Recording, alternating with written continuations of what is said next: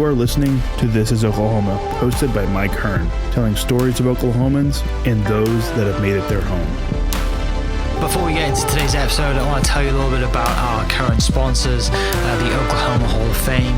As you well know, if you've been following This is Oklahoma, they've been a huge part of this podcast. So this podcast is presented by the Oklahoma Hall of Fame, telling an Oklahoma story through its people since 1927. For more information on the Hall of Fame, go to www.oklahomahof.com and follow them on Instagram for daily updates at oklahomahof. Also, for the podcast, a new sponsor, RCB Bank. Since 1936, RCB Bank has offered progressive products and a friendly service. Come in today to find out more about their loan promotion on new, used, refinanced cars, boats, campers, and ATVs. Visit RCB Bank to learn more. RCB Bank, that's my bank. With approved credit, restrictions apply. Now, let's get into today's episode. What's up, guys? Welcome back to another episode of This is Oklahoma. Mike Hearn here, your host, back with another episode down at the Bedford studio today with return guest Jeremie Kubicek.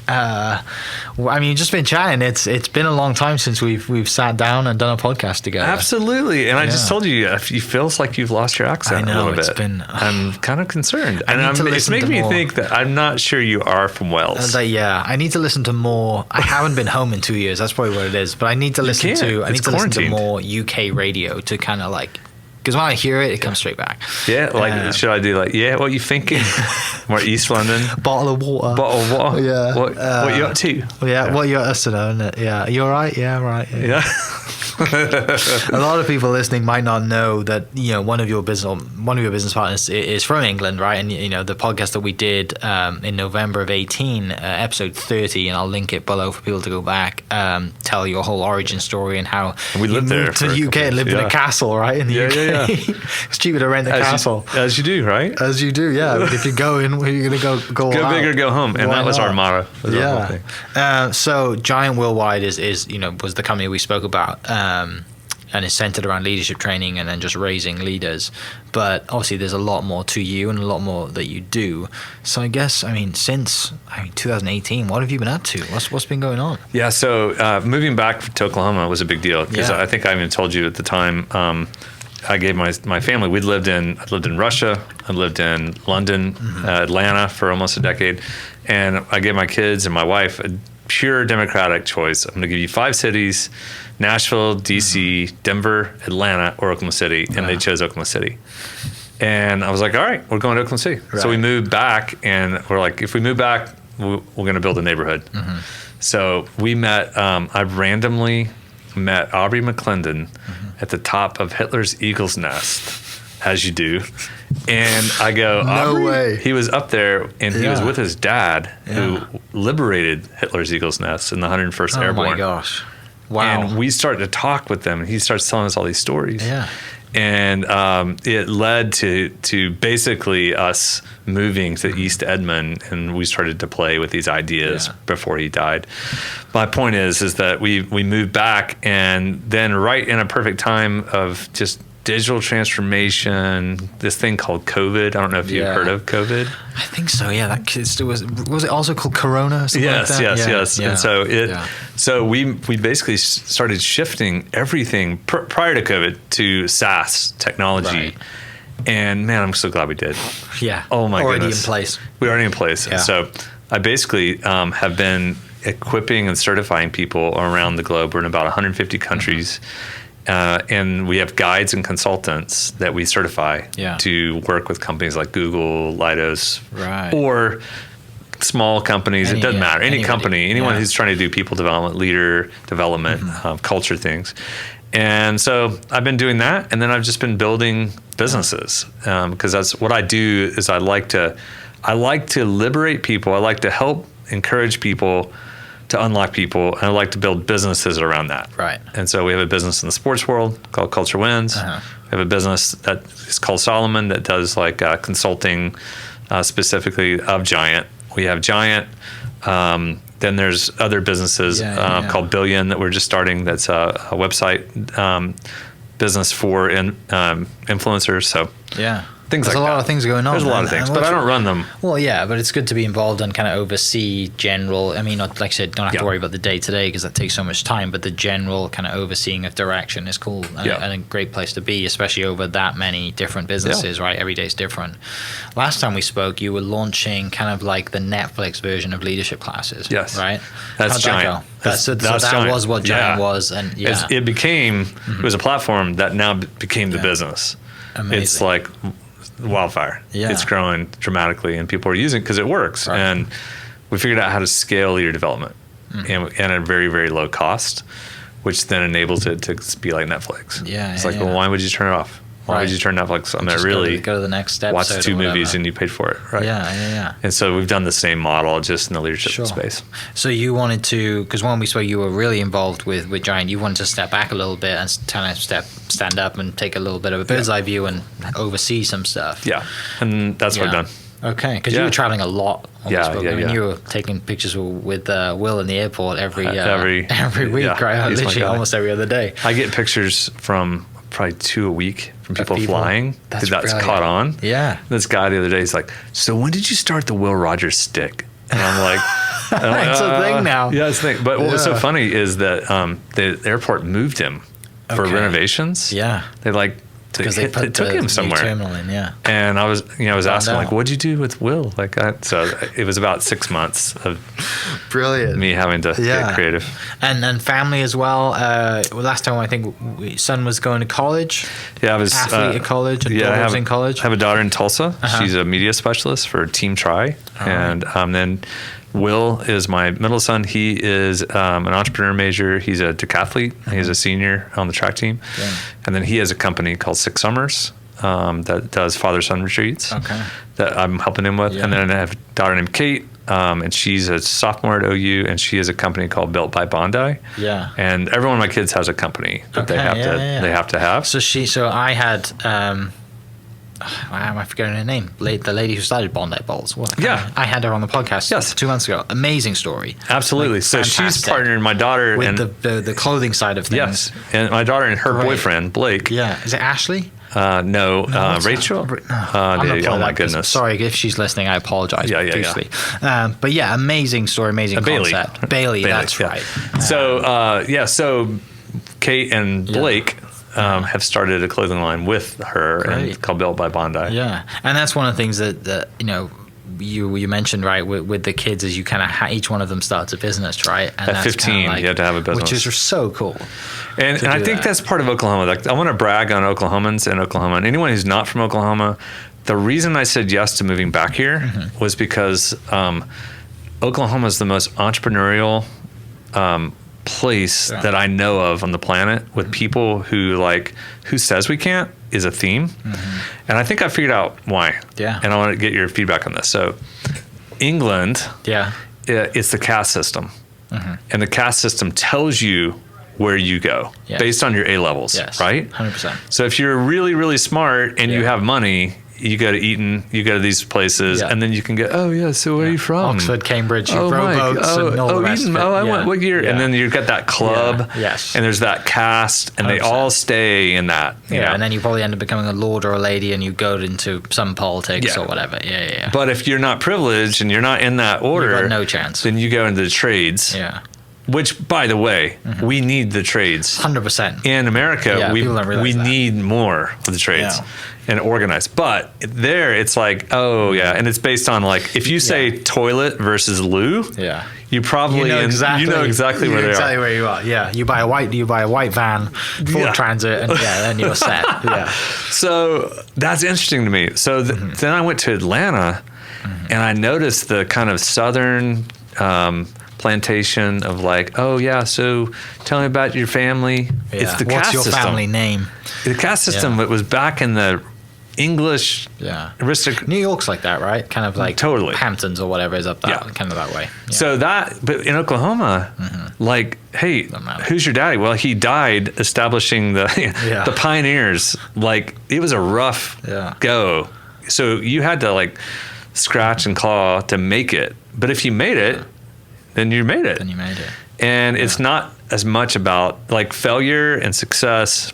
It's all right. Pick yourself up, Do it again. It's accepted. It's accepted. Whereas back home, it's like you tried to do something and you failed, and now you're cast forever. Yeah, exactly. You're forever loser. Yeah, this is why I love being here. Like, and opportunities, everything here. So in the last 6 months, I've started 5 companies with other people. Yeah, and I'm like, who says we can't? Sure, let's go.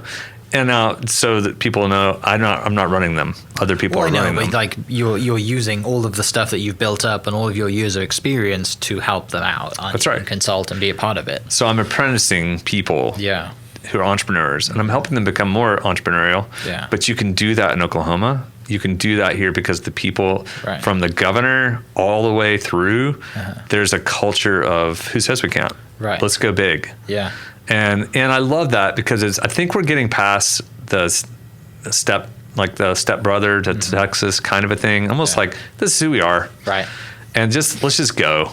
And I think COVID has been enlightening people who are moving here. So we have this neighborhood. We started a neighborhood called the Prairie at Post, and people come, and I can't tell you how many Californians, we have 2 people from Washington, Seattle, who just came in the last week to check it out. Yeah. And we've got Oregonians, we've got all the West Coast. They're like checking out our neighborhood because they're moving here. They're moving in. Yeah. That's crazy. It is, and like some people might say it's annoying, but at the same time, like there's a reason people are moving here because cost of living, for now, is great. Gas prices have gone up a little, but it's still relatively cheap compared to those places you mentioned. And yeah, I mean, like this, I don't see myself going anywhere else. It's just it's to a point now where it feels big enough. Obviously, we're going to grow and naturally grow anyway, but neighborhoods are developing. It's not just Midtown now, is it? It's like, all these other places. And now we have, what is it, the one that's south, but down by Wheeler District. Yeah, totally. I mean, you could live there and not even have to go to downtown and do everything you want to do there. Well, and you're a realtor, so you see it like... It's been crazy supply and demand. It's mad at the moment. I mean, not much demand. I mean, a lot of demand, not much supply, right? Yeah. So it's just a fun experience. So I guess my point is that you can dream here, you can find partners here, you can do things here faster, and you can fail faster, and you can succeed as fast. Yeah. And that's what I like. Whereas in the past, you would go to university here, maybe not even that. Maybe you'd leave after high school and go to university somewhere else, and then you get a job and you go to the coast, right? You go to LA or something. And a perfect example would be Prairie, right? The movie studio that's come back with Rachel and Matt that developed. Like, they both went away. They both came back from LA, and now we have this amazing studio in the middle of downtown. And so the other part though is because of technology. My team I have a team in Boston, Atlanta, Florida, London.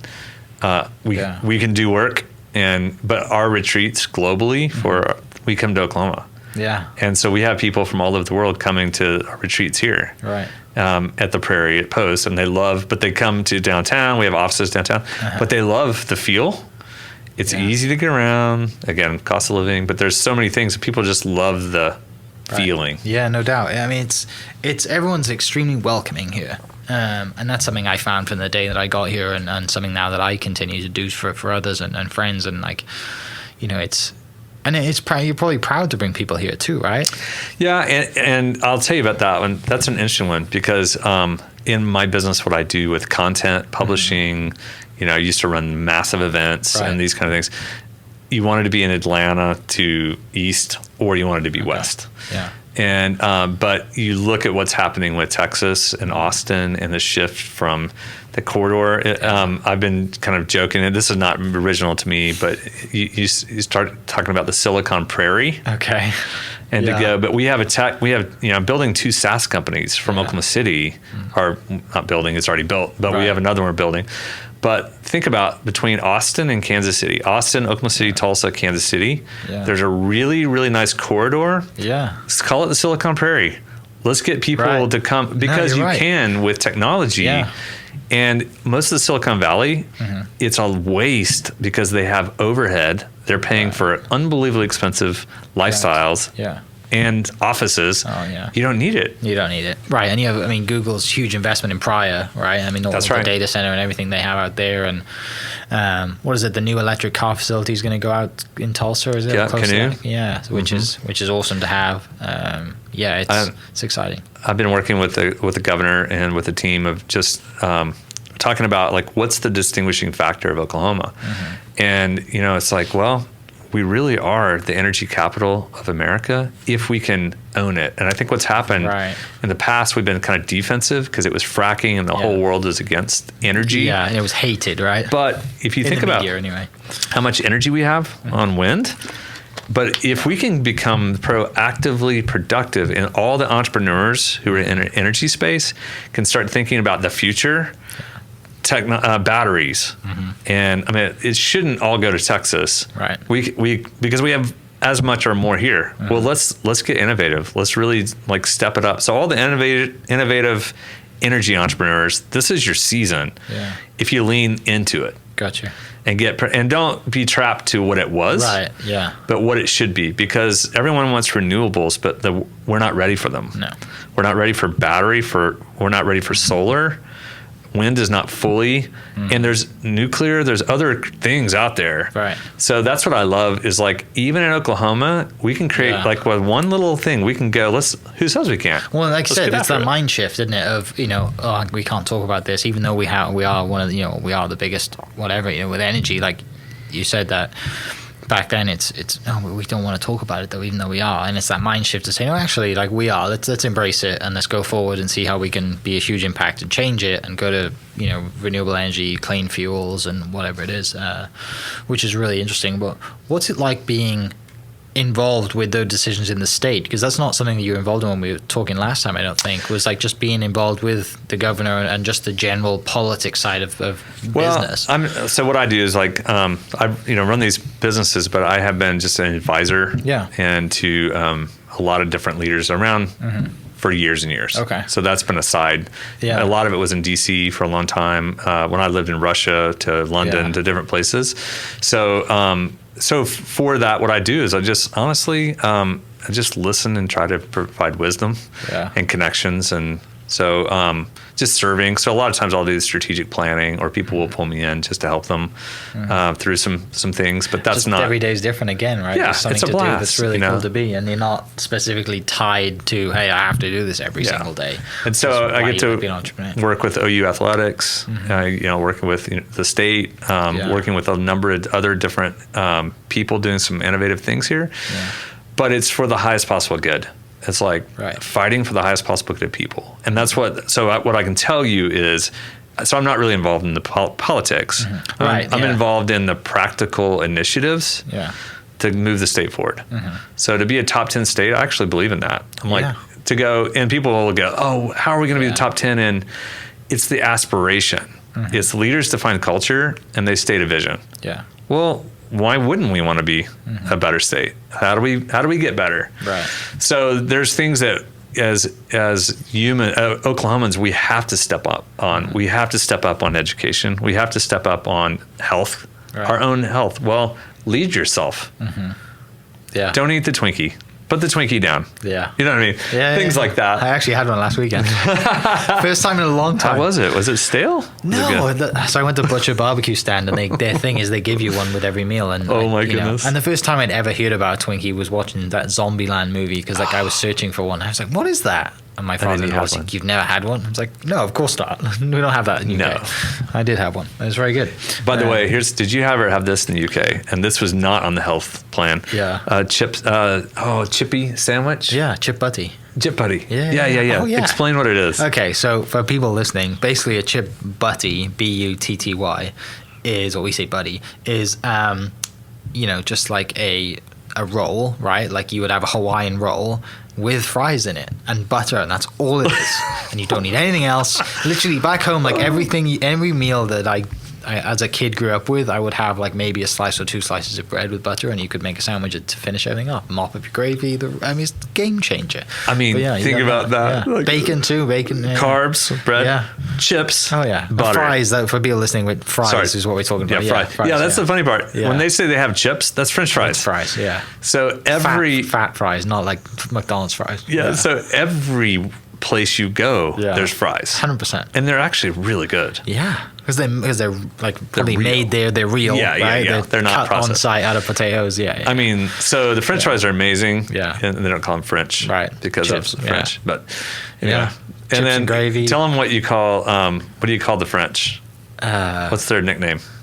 That you can say on air. There's the frogs. That's it. They're the frogs. Yeah, the frogs. Yeah, I just think that's so funny. There's so many things that I forget, right? Because I've been back because in a while. You're losing it. I'm losing it. Bring it back. I need to go home. Talking, I guess, of travel. Then you were really on the road a lot, in the plane a lot, traveling around, advising, going to all your companies and stuff, because of the virus and limited travel. Was your business totally changed? You were already in the tech world anyway, and like I said earlier, you're kind of moving to that. But how was that? So I would speak about 60 times a year, 60 gigs a year, traveling, and then it shifted to about 30 online, all virtual. Which is so weird. But then my wife and I just kept traveling. We just kept going. Jumping in the car? No, I'd fly. Okay, so we'd go to Florida a lot, and so not as much, but we went to Florida, I don't know, 5 or 6 times, and then I would travel to wherever people would be. It didn't exist in Florida, did it? No, it didn't seem like it existed down in Florida. But I went to Minnesota and Nebraska and some places that were like closed down. I'm the only one on the airplane feel. I did that quite a bit. Yeah. And so anyway, and then we just got back from Hawaii. Mm-hmm. We did a trip there. We did this father-son retreat and with the Renzai Stone, and we had some great time. But it was crazy that there's still it was still almost locked down. Yeah. Hawaii, I think that's the last because state. The island, the whole thing, and they're super protective of it. Yeah, it makes sense. But I have a lot of travel coming up. Well, that's exciting. Where are you going? Hopefully the UK. No. Let's say, we're going to Cancun this weekend. Is this business or is this fun? This is an anniversary trip. Oh, good for you. We were going to go to Israel, and we canceled that. Right. And then I'm speaking in Roanoke, Virginia. We're going to speak in Wisconsin, Minneapolis, Nashville, Atlanta. And these are all kind of leadership, general leadership kind of conferences. Yeah, or around the leadership self-development space. Yeah, pretty much.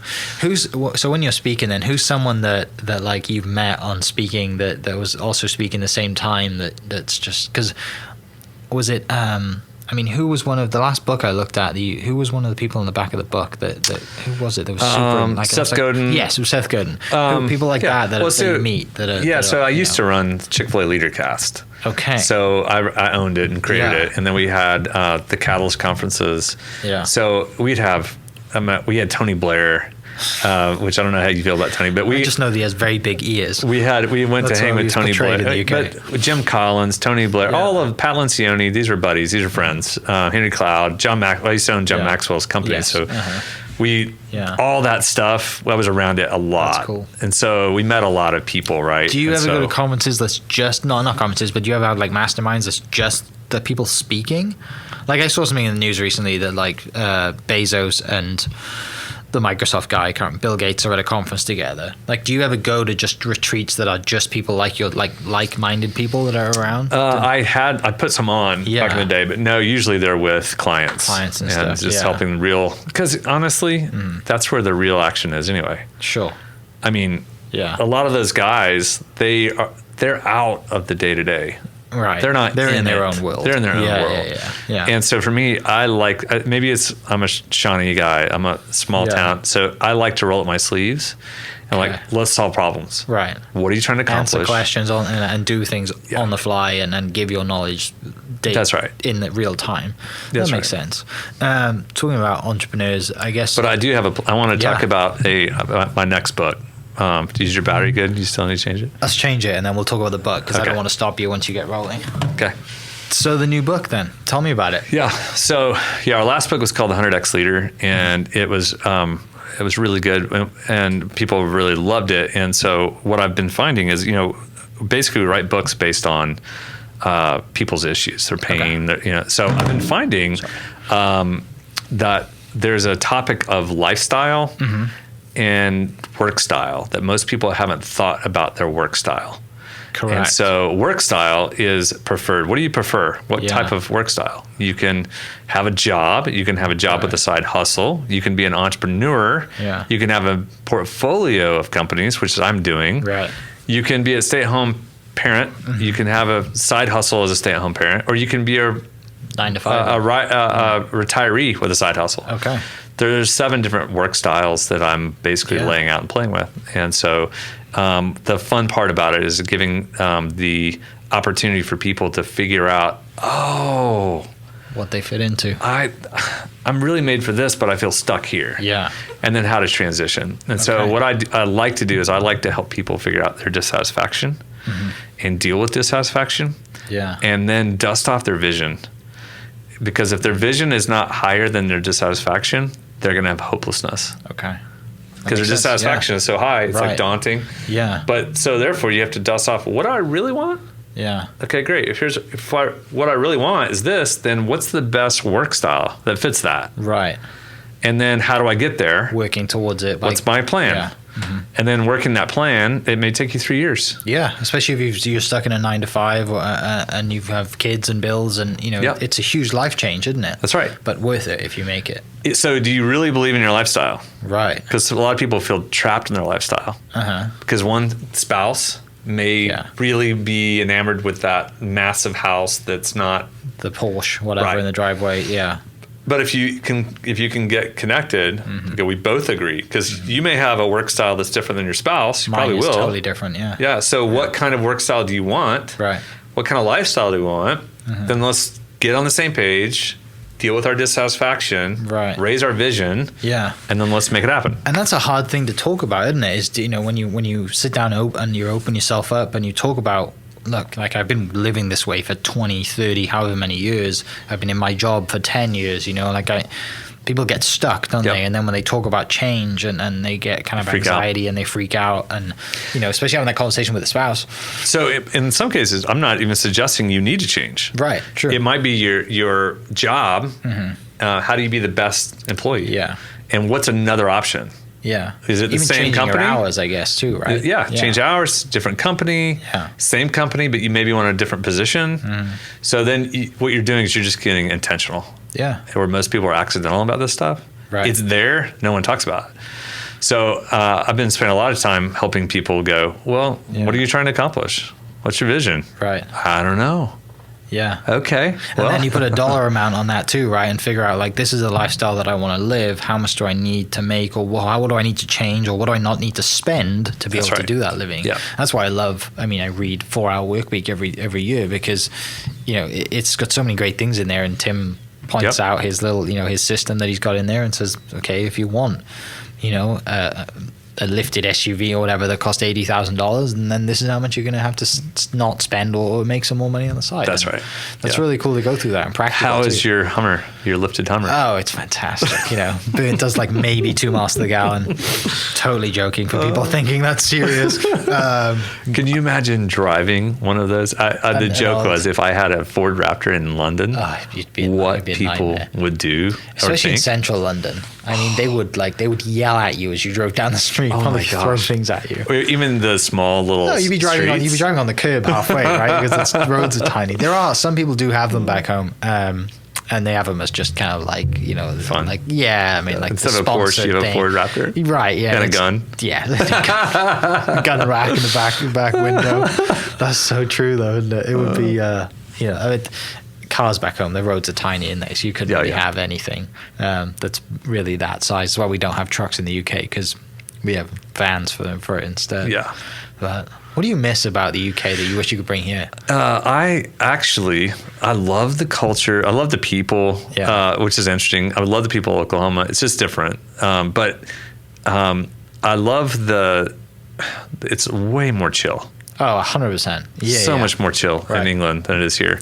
And like the word ramble, no one knows what ramble means, and it means we're just going on a walk, and we're going to go to a pub. Yeah. And we would walk to a local pub, which is a half mile, and we would take a ramble, and then we'd go through Penn and kind of come back around and back to Hedser, and maybe it's a half day. Yeah. And that was a normal thing. Yeah. And so that's number one. The second is long dinners.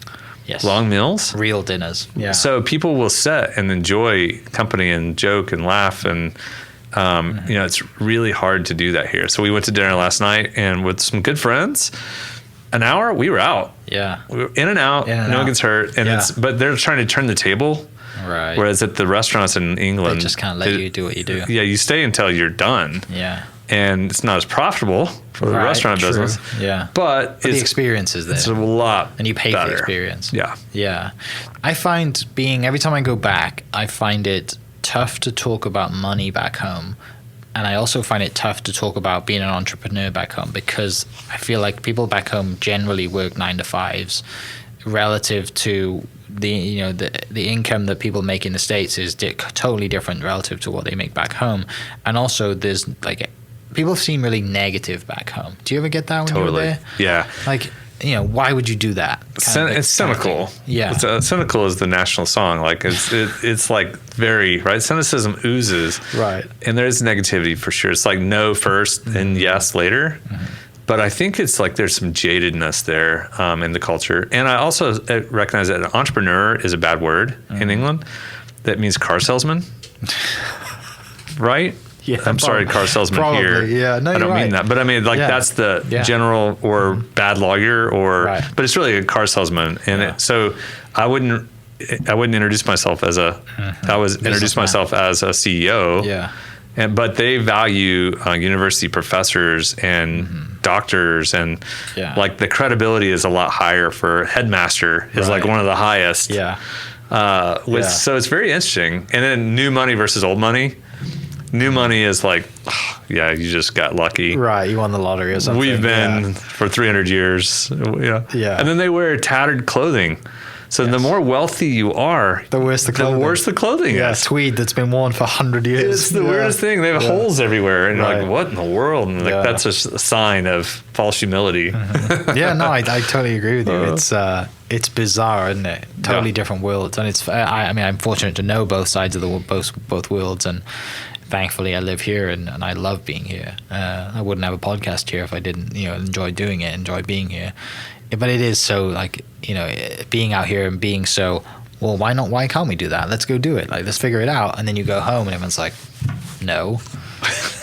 Why would you try and do that? Right. Well, that takes effort and time and what if it fails? What if it fails? That's the big thing, isn't it? It's the fail world. Yeah. Well, you're not gonna be successful if you're thinking about failing as soon as you start business. That's right. Yeah. So I had someone, and I had a guy today who's a really good businessman, but hasn't done a lot of entrepreneurial deals.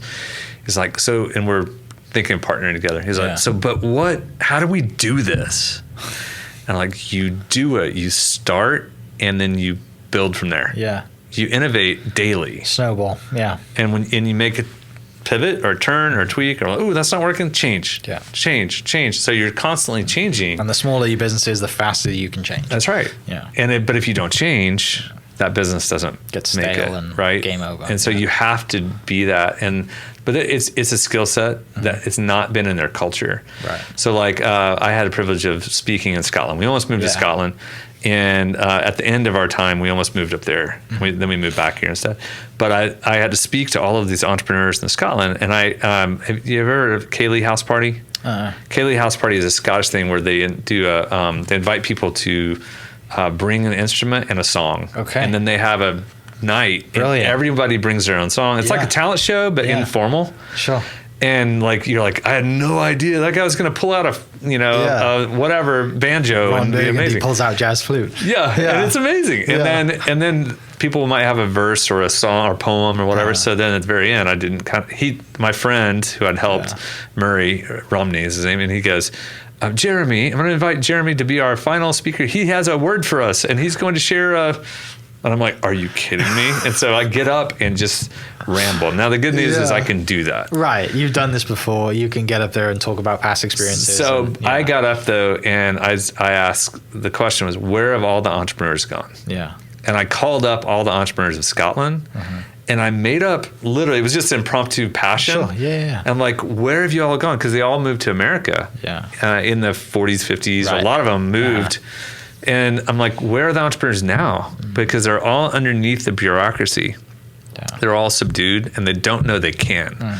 And when I called them up, I got like, there's probably 50 people. And it was like, slow clap, and then they all started standing up and like literally just crying, tearing. So good. It was one of my favorite moments of my life. Yeah. But it was like the same thing. It's like, where are the entrepreneurs? And so at the age of 15 with my kids, 13 to 15, I basically asked my kids when they were younger, do you want to be a job creator or have a job? And so we built that in the culture. Now, you don't have to. No. You can have a job. Yeah. And that's awesome. And be the best you can be. There, and they know that they have the option. But in the 21st century, in the next 2-3 decades, entrepreneurship is going to be how people make it or not. Right. Because you can't control COVID. Yeah. You can't control bureaucracy. You can't control if there's another pandemic or there's going to be these things that are out of your control. So entrepreneurship becomes a really important part of our cultures, and you have to be able to stand on your own 2 feet.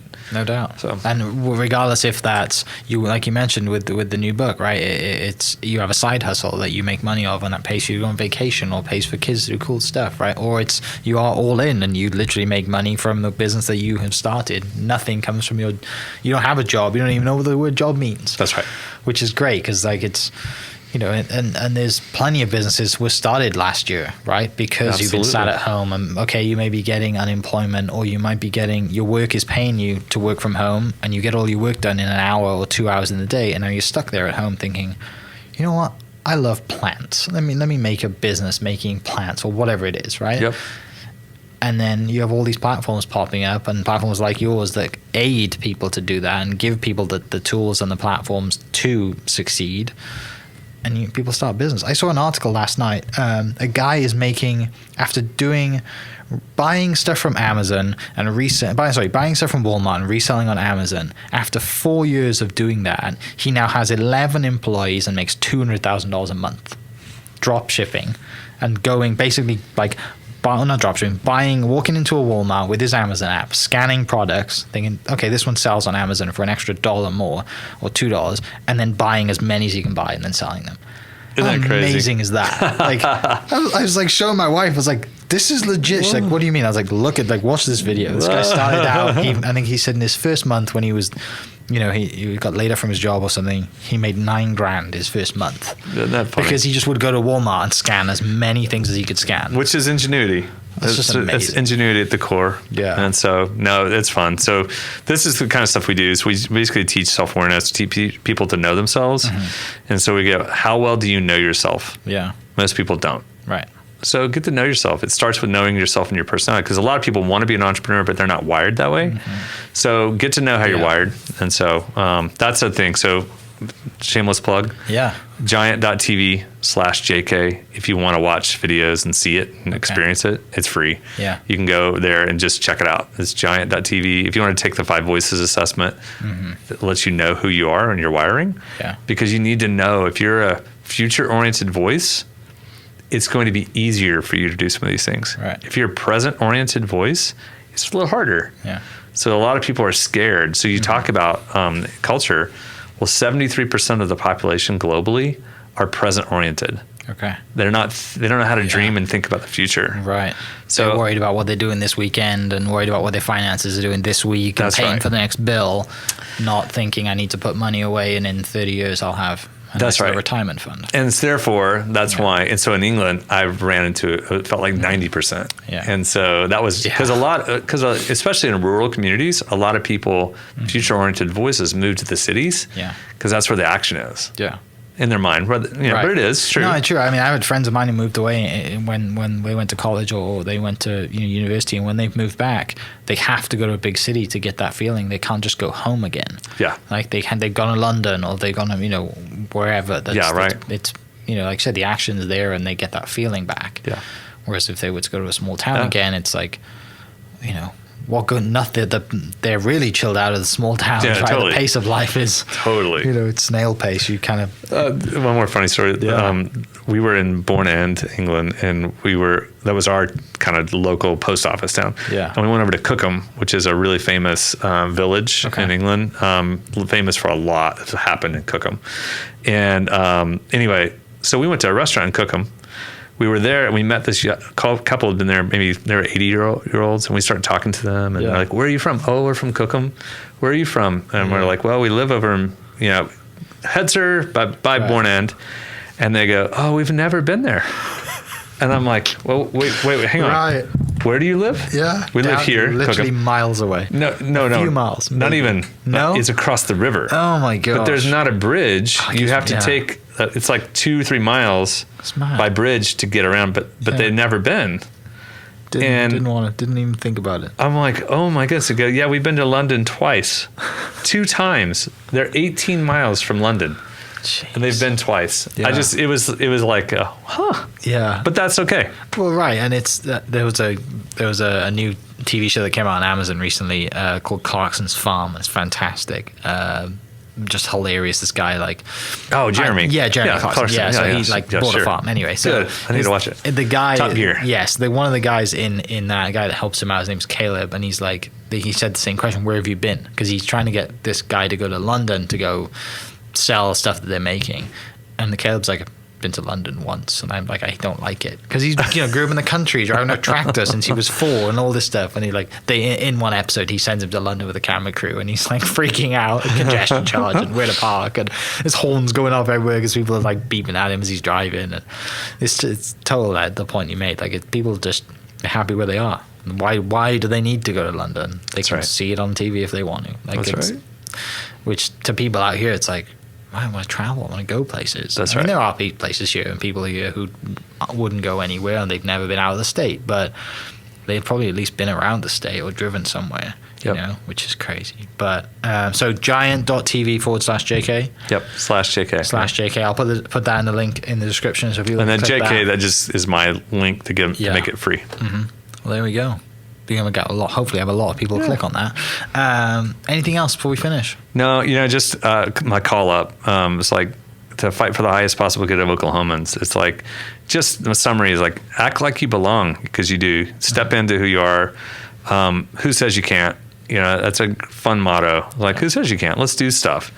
And I think if we get that attitude and that mindset going, and so we live in a present future world, not a past present world. Mm-hmm. So the present future is what's happening today, and let's get ready for what's going to happen and have a lot of fun. So there you go. It's all about it. It's all about having a lot of fun, definitely. Because if you don't have fun, then why are we doing things? Absolutely. But thanks so much for coming down. It's You're been the man. a pleasure. Thanks, Mike. Yeah, excited to share this, and I'm glad to chat some UK stuff, because you get it. It's fun. It's fun talking about the UK and funny quirks and stuff with someone who lives here that knows both things. So it's and hopefully Steve gets back here soon and we can have a pint maybe. Absolutely. Or a cup of tea. We'll see what he's into. But for everyone listening, I'll post a link to that free stuff that you can go to check out Giant, and a link to Jeremy's stuff as well, all of his books.